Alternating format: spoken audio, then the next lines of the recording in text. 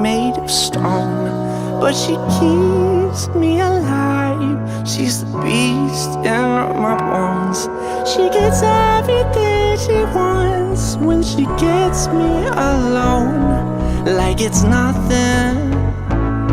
She got two little horns and they give me a little bit.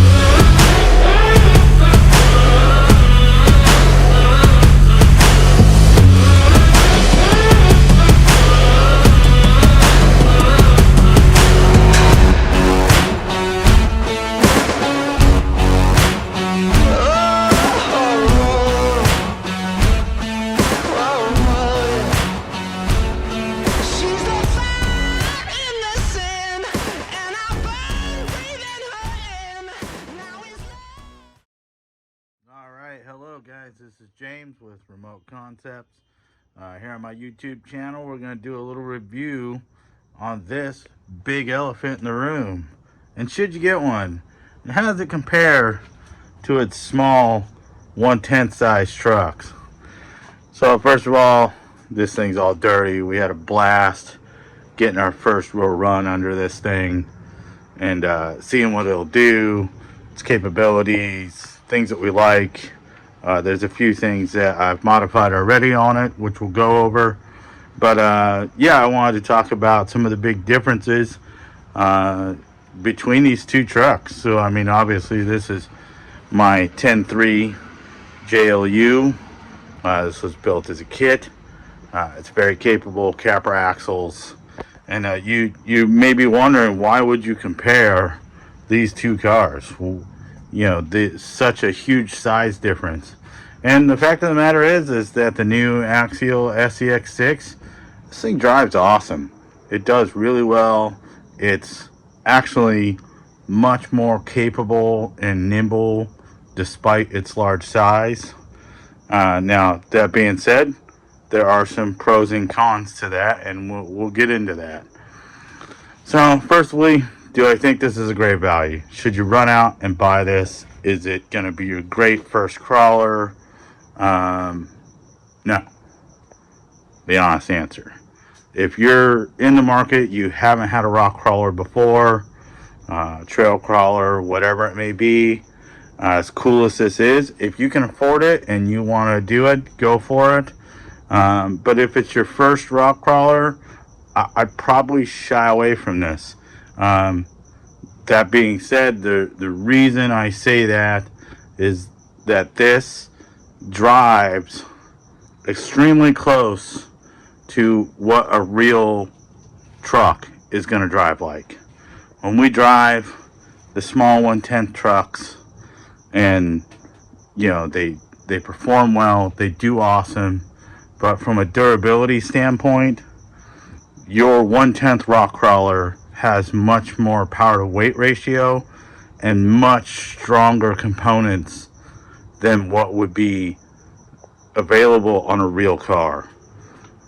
And with this truck, your durability level is good for what it is and the size, but the weight is going to put more stress on all of the factory components. Now, with time, they may be upgradable,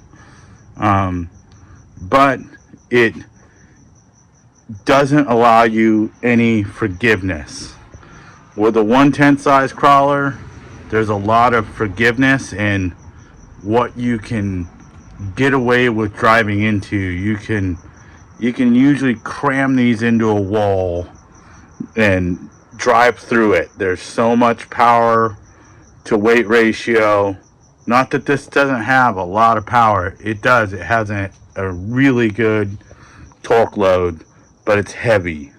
So, you know, things that we would do with a 1/10 crawler, you can get away with doing with the 1/6 crawler. You just have to be aware of what you're doing with it. So we had one guy that got his pinched in a little bit of a tight spot, and kind of instinct told him to try and drive out of it.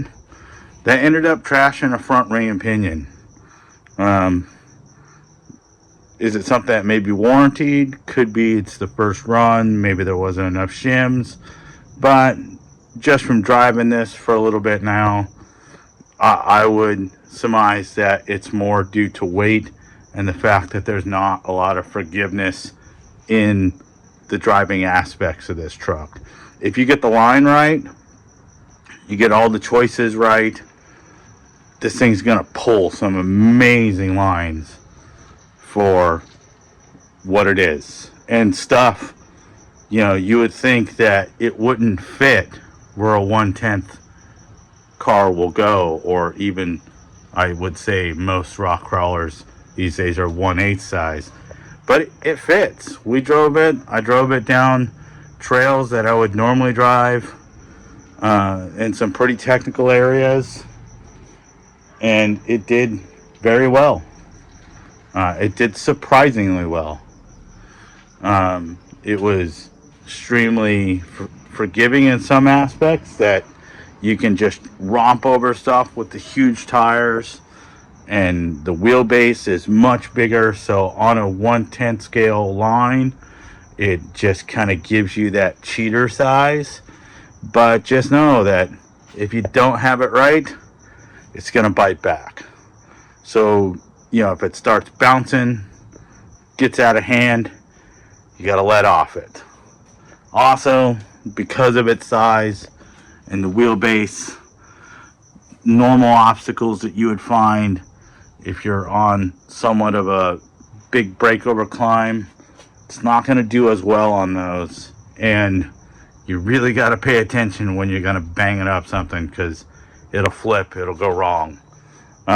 We have noticed some of the bodies are cracking. Mine hasn't, but once it rolls, you don't want to catch it.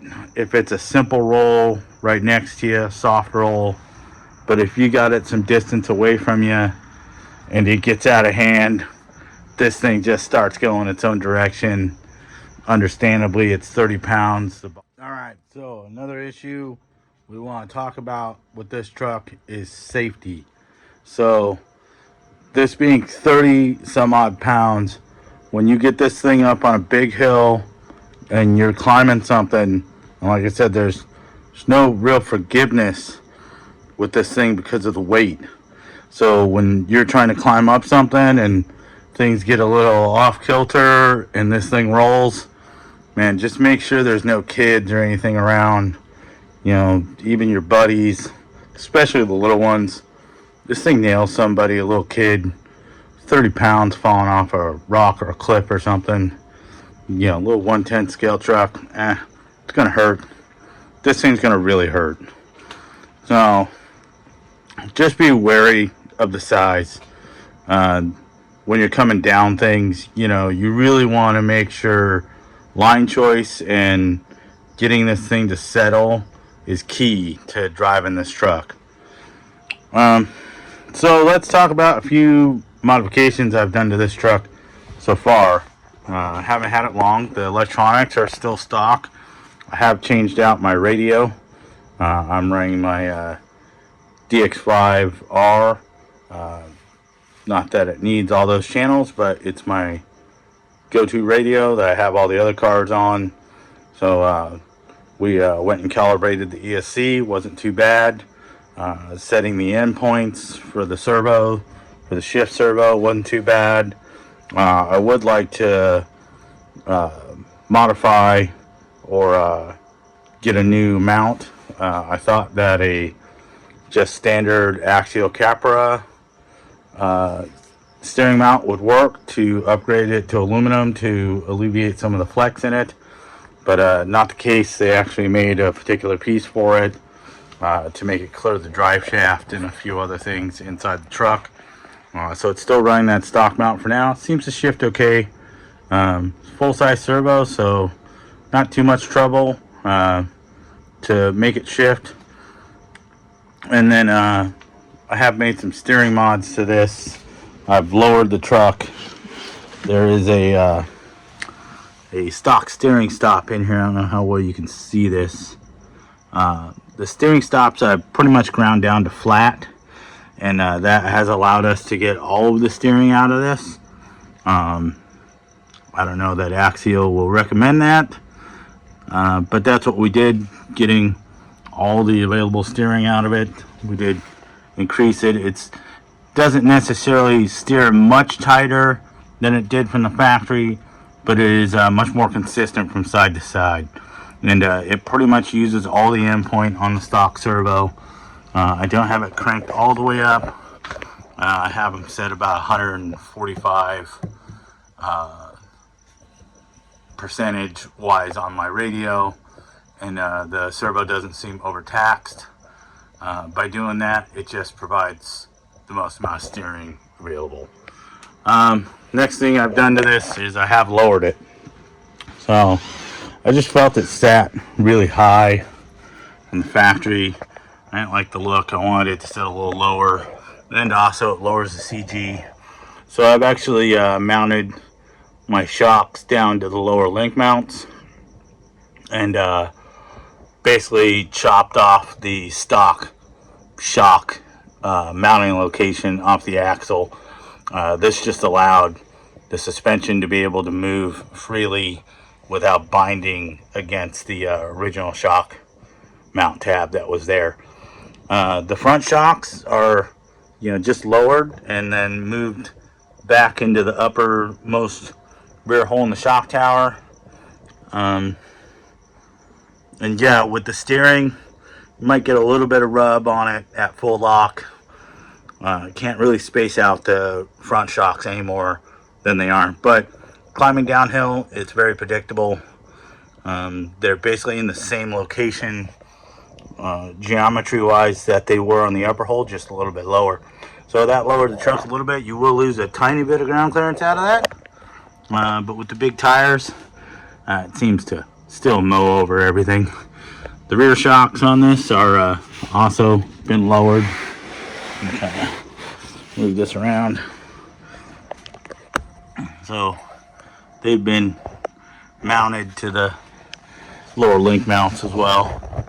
And again, the upper shock mount has been cut off to allow the suspension to move freely with no binding. So that's really about it for the modifications we've done to this so far. Stock servo seems to steer it okay. It's not great, it's not bad. The motor on this is very smooth. It is basically a huge Hobby Wing Axe version motor. The factory drag brake is decent. It holds the truck. What might have it a little bit more, but I don't necessarily see a need to change it over. I do have the original program card from Spectrum. It does not work on this. I think they're going to have their own program card for it, so look out for that if it's not already available now. But yeah, motor-wise, it seems okay. I wouldn't mind a little bit of punch if there's some punch levels available on it. That may be a couple tuning things. It's also just a big motor, so it might be just really soft on the reaction. I haven't run this on a 4-cell yet. Just having it in second gear a few times and crawling up some stuff in second gear to kind of where I needed some wheel speed. It is a little laggy. Possibly lowering the gearing and running a 4-cell all the time may be an answer to that, and you'd get a little bit more hoon out of the top end. And then I also plan to mount a 5th scale servo in here, large scale servo.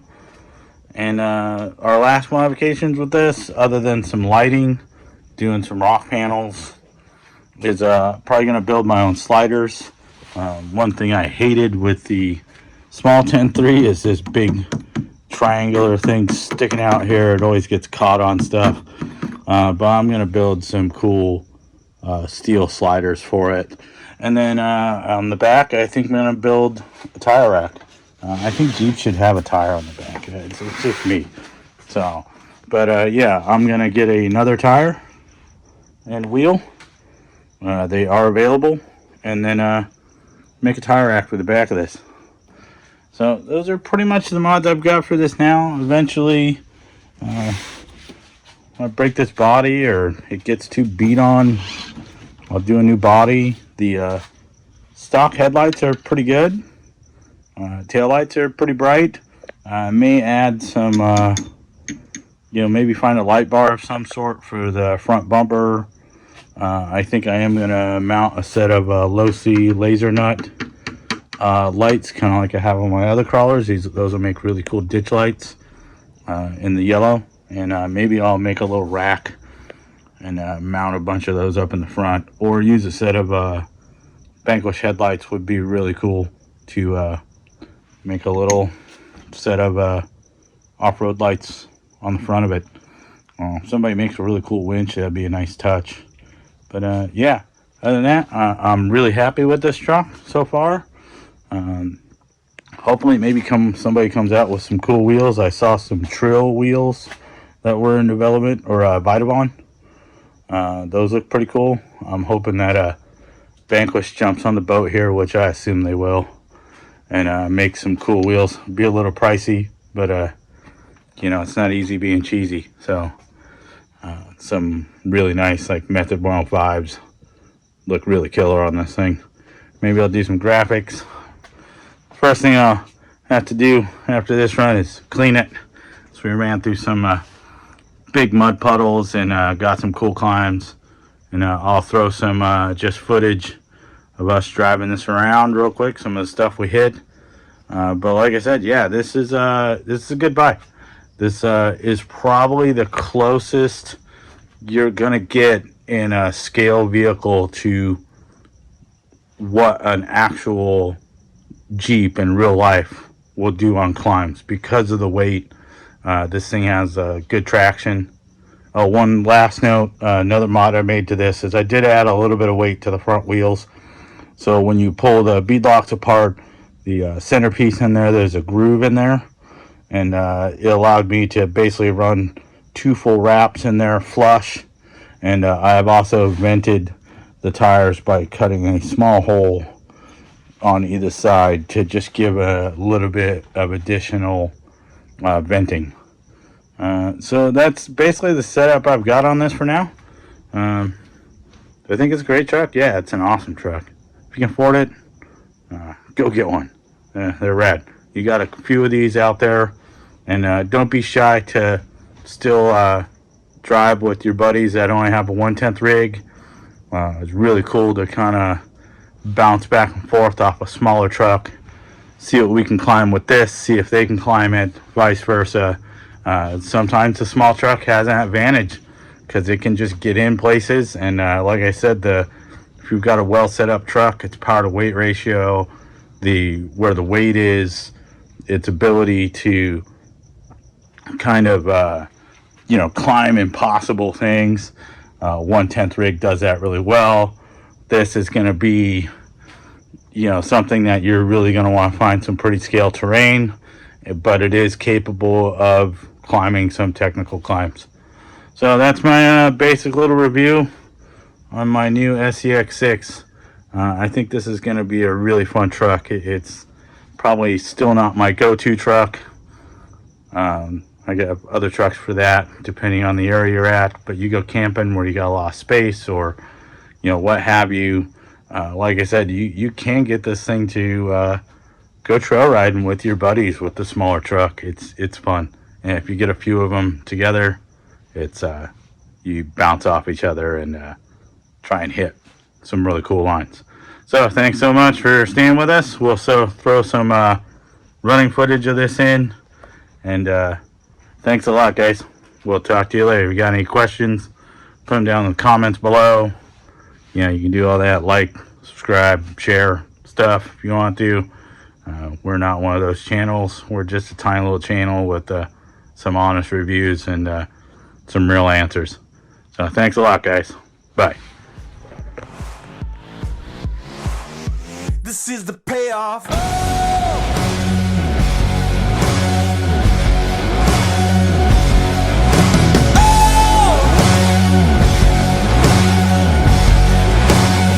This is the payoff.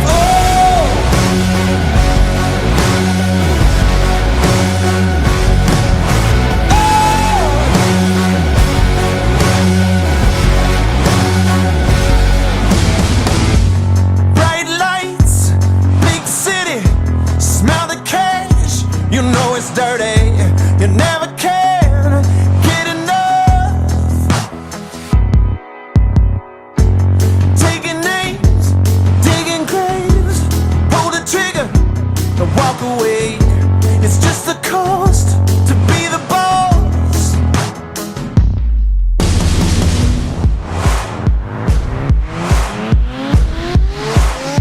This is the payoff.